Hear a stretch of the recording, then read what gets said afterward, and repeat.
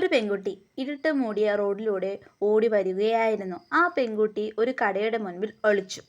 അവിടെ വന്ന ആളുകൾ നാലുപാടും തിരഞ്ഞ് ആ പെൺകുട്ടി തിരക്കി നടന്നു. അവർ അവിടെ നിന്ന് പോയി എന്ന് മനസ്സിലാക്കിയ ശേഷം അവൾ അവിടെ നിന്നും ഓടി. പെട്ടെന്ന് അവളുടെ മുൻപിൽ ഒരു കാറ് വന്ന് നിന്നു. ആ കാറിൽ നിന്ന് ഒരാൾ ഇറങ്ങി വന്നു.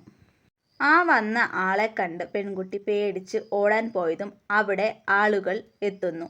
അവൾ അങ്ങോട്ടും ഇങ്ങോട്ടും നോക്കിയ ശേഷം നേരെ നോക്കി. അപ്പോൾ അവളുടെ മുൻപിൽ ആ കാറിൽ നിന്ന് ഇറങ്ങിയ വ്യക്തി അവളുടെ അടുത്തേക്ക് നടന്നു വന്നു. ആ വന്ന വ്യക്തി അവളെ പിടിച്ചു വലിച്ച് കാറിൽ കയറ്റി. അവൾ പറഞ്ഞു, എന്നെ വെറുതെ വിടണേ പ്ലീസ്. അവൾ ഒരുപാട് തവണ പറഞ്ഞു നോക്കി, പക്ഷേ നടന്നില്ല. ആ കാറ് നേരെ ചെന്ന് നിന്നത് ഒരു വലിയ കൊട്ടാരം പോലുള്ള വീടിന്റെ മുൻപിലായിരുന്നു. അയാൾ ആ കാറിൽ നിന്ന് ഇറങ്ങി. എന്നിട്ട് അവളെയും പൊക്കി എടുത്തുകൊണ്ട് മുറിയിലേക്ക് പോയി. ആ പെൺകുട്ടിയെ കട്ടിലേക്ക് ഇട്ടു. എന്നിട്ട് അവൻ അവളുടെ അടുത്തേക്ക് വന്ന ശേഷം പറഞ്ഞു, ഏഞ്ചൽ ഏഞ്ചൽ ഏഞ്ചൽ, എൻ്റെ കയ്യിൽ നിന്ന് നിനക്ക് രക്ഷപ്പെടാൻ കഴിയില്ല. രക്ഷപ്പെടാൻ ശ്രമിച്ചാലും എൻ്റെ കൺവെട്ടത്തിൽ നിന്ന് നിനക്ക് മാറാനും കഴിയില്ല. You are mine. ഈ ഡബിളിൻ്റെ പ്രണയമാണ് നീ. യു ആർ മൈൻ, ഉള്ളി മൈൻ. മനസ്സിലായോ? നീ എൻ്റെയാ, നീ എൻ്റേത് മാത്രം. അതും പറഞ്ഞ് അവൻ ആ മുറിയിൽ നിന്നും ഇറങ്ങി വാതിൽ പൂട്ടി. ഏഞ്ചൽ അവിടെ കിടന്ന് പൊട്ടിക്കരയാൻ തുടങ്ങി. പിറ്റേ ദിവസം ആ മുറി തുറന്നപ്പോൾ ഏഞ്ചൽ കരഞ്ഞു തളർന്നു നല്ല ഉറക്കമായിരുന്നു. ഒരാൾ അവളുടെ അടുത്തേക്ക് വന്നു. അവളുടെ അടുത്ത് വന്നിരുന്നു. എന്നിട്ട് കരയാൻ തുടങ്ങി. അവളുടെ കരച്ചിൽ ശബ്ദം കേട്ടാണ് ഏഞ്ചൽ എഴുന്നേറ്റത്. എന്നിട്ട് അടുത്തിരിക്കുന്ന ആളെ നോക്കി അവൾ പെട്ടെന്ന് ചാടി എഴുന്നേറ്റ് അടുത്ത് ഒരാൾ അവളെ കെട്ടിപ്പിടിച്ചു കരയാൻ തുടങ്ങി. ഏഞ്ചൽ ഇച്ചേച്ചി എന്ന് വിളിച്ച് കരയാൻ തുടങ്ങി. പെട്ടെന്നായിരുന്നു അയാൾ വന്നത്. അവരുടെ രണ്ടുപേരെ നോക്കി ഒരു പുച്ഛത്തോടെ സംസാരിച്ചു തുടങ്ങി.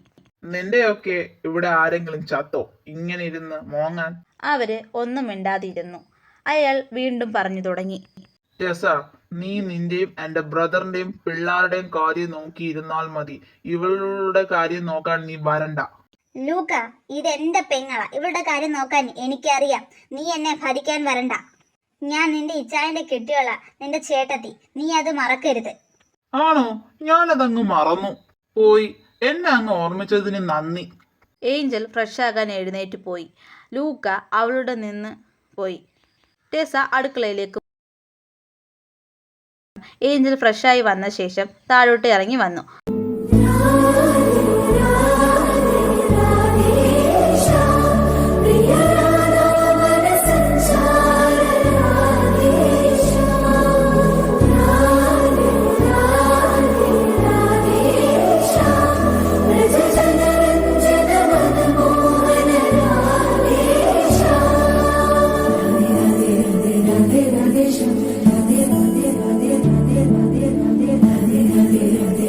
എന്നെ വിട്ടേ. നിന്നെ വിടുന്നില്ല. വിടാൻ? ലൂക്ക, ഏഞ്ചലിനെ വിട്. ഇല്ലെങ്കിൽ എഡ്വിൻ ലൂക്കയെ കൈ പിടിച്ചു മാറ്റി. എന്നിട്ട് ഏഞ്ചലിനോട് പറഞ്ഞു, നീ ചെല്ല്. ലൂക്ക ദേഷ്യത്തോടെ എഡ്വിനെ നോക്കി. എഡ്വിൻ, നീ എന്റെ കാര്യത്തിലോ അവളുടെ കാര്യത്തിനോ ഇടപെടാൻ വരരുത്. ഡാ ലൂക്ക, നീ ഒന്നും മനസ്സിലാക്കുക. അവക്ക് നിന്നെ ഇഷ്ടമല്ല. പിന്നെ നീ എന്തിനാ അവളെ ഇങ്ങനെ ഉപദ്രവിക്കുന്നത്? അത് നീ തിരക്കേണ്ട ആവശ്യമില്ല. എനിക്ക് മാത്രം ഇഷ്ടപ്പെട്ടാൽ മതി. ഒരു നാൾ അവൾ എന്നെ സ്നേഹിക്കും. നീ ഇങ്ങനെ പെരുമാറിക്കഴിഞ്ഞാൽ അവൾ എങ്ങനെയാ നിന്നെ സ്നേഹിക്കുന്നത്? ഇതുപോലെ ഒരുമാതിരി ചെകുത്താന്റെ സ്വഭാവം കാണിക്കരുത് നീ. അവളോട് ഇത്തിരി മയത്തിലൊന്ന് സംസാരിക്കും, എന്നാൽ അവൾ നിന്നെ സ്നേഹിക്കും. എന്റെ സ്വഭാവം ഇങ്ങനെയാണ്, മാറ്റാനൊന്നും കഴിയില്ല. പിന്നെ നീ കൂടുതൽ എന്നെ ഭരിക്കാൻ വരണ്ട. എന്റെ 2-3 വയസ്സിന്റെ മൂത്തതാണെന്നും പറഞ്ഞ് നീ എന്നെ ഭരിക്കാൻ വരണ്ട. ശരി, ഞാൻ നിന്നെ ഒന്നും പറയാൻ വരുന്നില്ല. പക്ഷെ ഏഞ്ചൽ പാവമാണ്, കൊച്ചു കുട്ടിയാണ്. അവക്ക് വെറും 17 വയസ്സ് കഴിഞ്ഞതേ ഉള്ളൂ. വെറുതെ നീ അവളെ ഇട്ട് ഇങ്ങനെ ടോർച്ചർ ചെയ്യാതെ. ടോർച്ചർ ചെയ്യണോ കൂടെ കെട്ടി പൊറുപ്പിക്കണോ എന്ന് ഞാൻ തീരുമാനിക്കും. ഒരാളും അവളുടെ കാര്യത്തിൽ ഇടപെടേണ്ട ആവശ്യമില്ല. ശരി, ഞാൻ ഇടപെടണ്ട. ഏഞ്ചലിന്റെ ചേച്ചിക്ക് ഇടപെടാമല്ലോ. ഒരുത്തിക്കും ഇവളുടെ കാര്യത്തിൽ ഇടപെടാൻ അവകാശമില്ല. ലൂക്ക, നീ ഒരു ചെകുത്താൻ തന്നെയായി കൊണ്ട് മാറിക്കൊണ്ടിരിക്കുകയാണ്. ഇങ്ങനെ ഒരു മാലാക പോലുള്ള ഒരു കൊച്ചിനെ ഇങ്ങനെ ദ്രോഹിക്കാൻ നിനക്ക് എങ്ങനെ സാധിക്കുന്നു? നീ ചെല്ല്. എഡ്വിൻ, എന്റെ കാര്യമോ അവളുടെ കാര്യമോ തിരക്കാൻ നീ വരണ്ട. പിന്നെ നിന്റെ കെട്ടുകളോട് പറഞ്ഞേക്ക് ഇവളുടെ കാര്യം തിരക്കി വരണ്ട എന്ന്. പെങ്ങൾ സ്നേഹമൊക്കെ ഇന്നത്തോടെ നിർത്തിക്കൊള്ളാൻ പറ.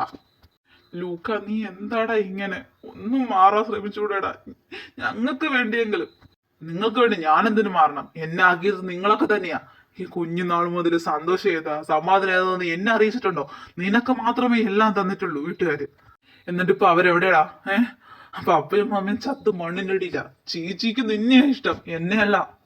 ലൂക്ക, ഓ, പറഞ്ഞു തീർന്നില്ല. ദോ വന്ന് നമ്മുടെ പുന്നാര ചേച്ചി.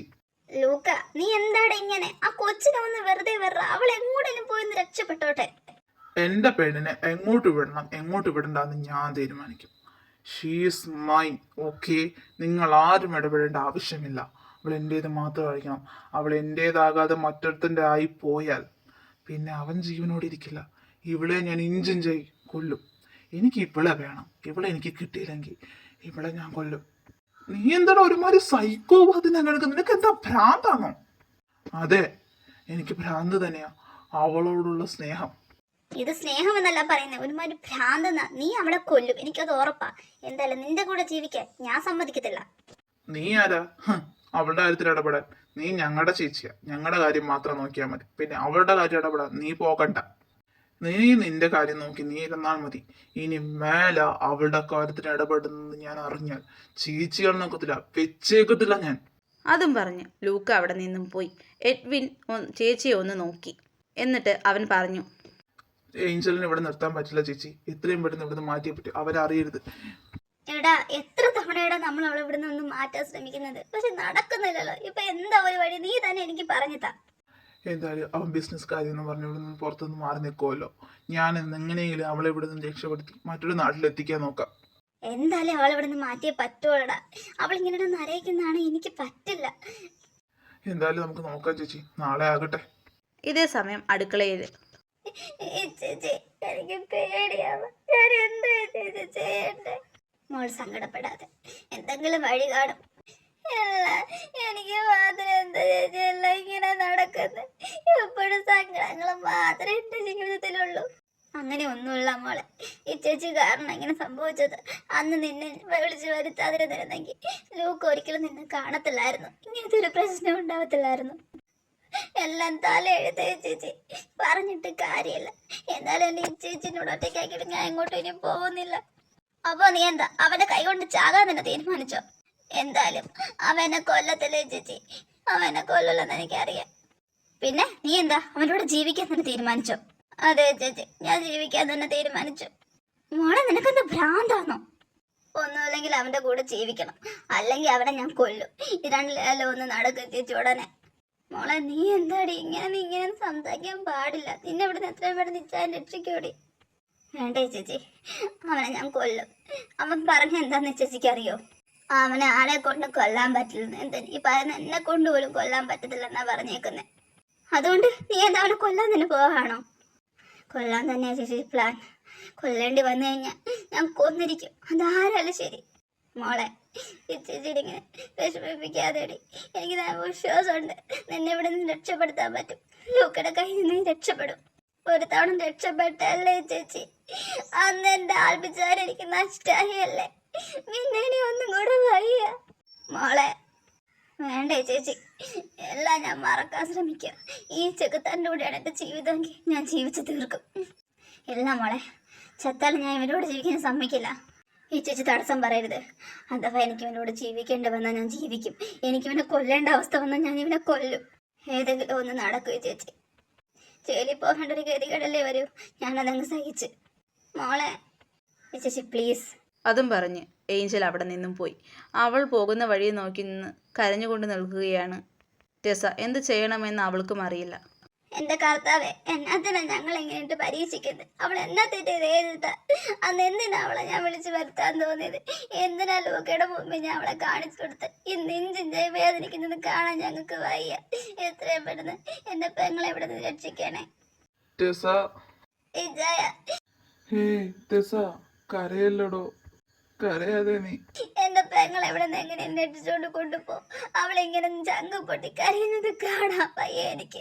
എന്നെ കൊണ്ട് താങ്ങുന്നില്ല ചായ. ഏത് നേരത്തെ ചായ എനിക്ക് അവളെ നാട്ടിലോട്ട് വിളിച്ചു വരുത്താൻ തോന്നിയത്? നീ കരയല്ല, എന്തെങ്കിലും വഴി കാണും. നാളെ ആകട്ടെ, ഞാൻ എന്തായാലും ഏഞ്ചലിനെ ഇവിടെ നിന്ന് മാറ്റും. ലൂക്ക് എന്നെ ചായ ഇങ്ങനെ അവനോട് പറ എൻ്റെ പെങ്ങളെ വേദനിപ്പിക്കില്ലേന്ന്. ഒരുപാട് അനുഭവിച്ചത് അവൾ. ഇനിയും താങ്ങാനുള്ള ശേഷി അവൾക്കില്ല. ഒന്നും പറ. ഞാനൊന്നും പറഞ്ഞ അവൻ കേൾക്കില്ല. അവൻ ഒരുപാട് മാറിപ്പോയി. എല്ലാത്തിനും കാരണം ഞങ്ങളാ. അവൻ എന്താ സ്നേഹമൊന്നും ഞങ്ങൾ പഠിപ്പിച്ചിട്ടില്ല. അവൻ ഒരുപാട് വേദനകൾ അനുഭവിച്ചാടി ഇങ്ങനായി പോയത്. ജയങ്കാരയല്ലേ, എല്ലാത്തിനും ഒരു വഴി കാണും. ഇതേ സമയം ലൂക്കയും ഏഞ്ചലും. ഏഞ്ചൽ ഏഞ്ചൽ ഏഞ്ചൽ, നിനക്കൊരിക്കലും ഇവിടെ നിന്ന് രക്ഷപ്പെടാൻ കഴിയില്ല. നീ ഈ ലൂക്ക മാത്യുവിൻ്റെയാ. ഞാനല്ലാതെ നിന്നെ വേറെ ആരും സ്വന്തമാക്കാൻ ഞാൻ സമ്മതിക്കില്ല. അഥവാ എനിക്ക് നിന്നെ സ്വന്തമാക്കാൻ കഴിഞ്ഞില്ലെങ്കിൽ നീ മറ്റൊരുത്തൻ്റെ ആയാൽ പിന്നെ ഞാൻ അവനെ ജീവനോടെ വെച്ചേക്കത്തില്ല. നീ എന്നും എപ്പോഴും എൻ്റേത് മാത്രമാണ്. ഞാൻ ഒരിക്കലും നിന്റെ സ്വന്തമാകാൻ ഞാൻ അനുവദിക്കില്ല. നിന്റെ മരണം അത് എൻ്റെ കൈകൊണ്ടാ. നിനക്ക് ദൈവത്തിന്റെ മേൽ വിശ്വാസം ഉണ്ടെങ്കിൽ നീ കുറിച്ചു വെച്ചു. നിന്റെ മരണം അത് എൻ്റെ കൈകൊണ്ടാ. എന്റെ മരണമോ? അത് നിന്റെ കൈകൊണ്ട്. നമുക്ക് കാണാം. ലൂക്ക ഏഞ്ചലിനൊന്ന് നോക്കിയ ശേഷം അവിടെ നിന്നും നടന്നുപോയി. ലൂക്ക പോകുന്ന വഴിയെ നോക്കി ഏഞ്ചൽ ദേഷ്യത്തോടെ നോക്കി നിൽക്കുകയായിരുന്നു. നീ കുറിച്ചു വെച്ച ലൂക്ക, ഒരു നാൾ നീ എൻ്റെ കൈ കൊണ്ട് തന്നെ മരിക്കും. നിന്നെ എനിക്ക് കൊല്ലാൻ കഴിഞ്ഞില്ലെങ്കിൽ ഞാൻ തന്നെ മരിക്കും.